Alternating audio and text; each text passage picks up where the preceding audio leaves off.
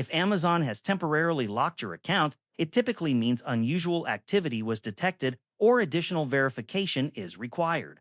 This tutorial outlines the steps to regain access. Step 1. Attempt to sign in. Visit the regular Amazon login page and try to sign in. If your account is locked, follow the instructions shown on the screen. Amazon may ask you to verify your identity by providing information or uploading a government-issued ID. Step 2. Contact Amazon support. If the automated recovery process does not work, contact Amazon support. Speaking with a live representative is often the fastest way to get help. When interacting with the automated system, repeatedly state that you want to speak to a representative. Once connected, explain that your account is temporarily locked and ask to be transferred to the relevant department or an account specialist. Step 3. Try phone support. You can also call Amazon's regional support numbers directly.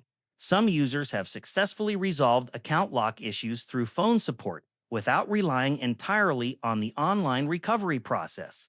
Results may vary depending on your location. Limitation. The automated recovery process may not work for all users, and phone support availability depends on your region. This method is best suited for users who have attempted the online verification process without success and need direct assistance from Amazon support.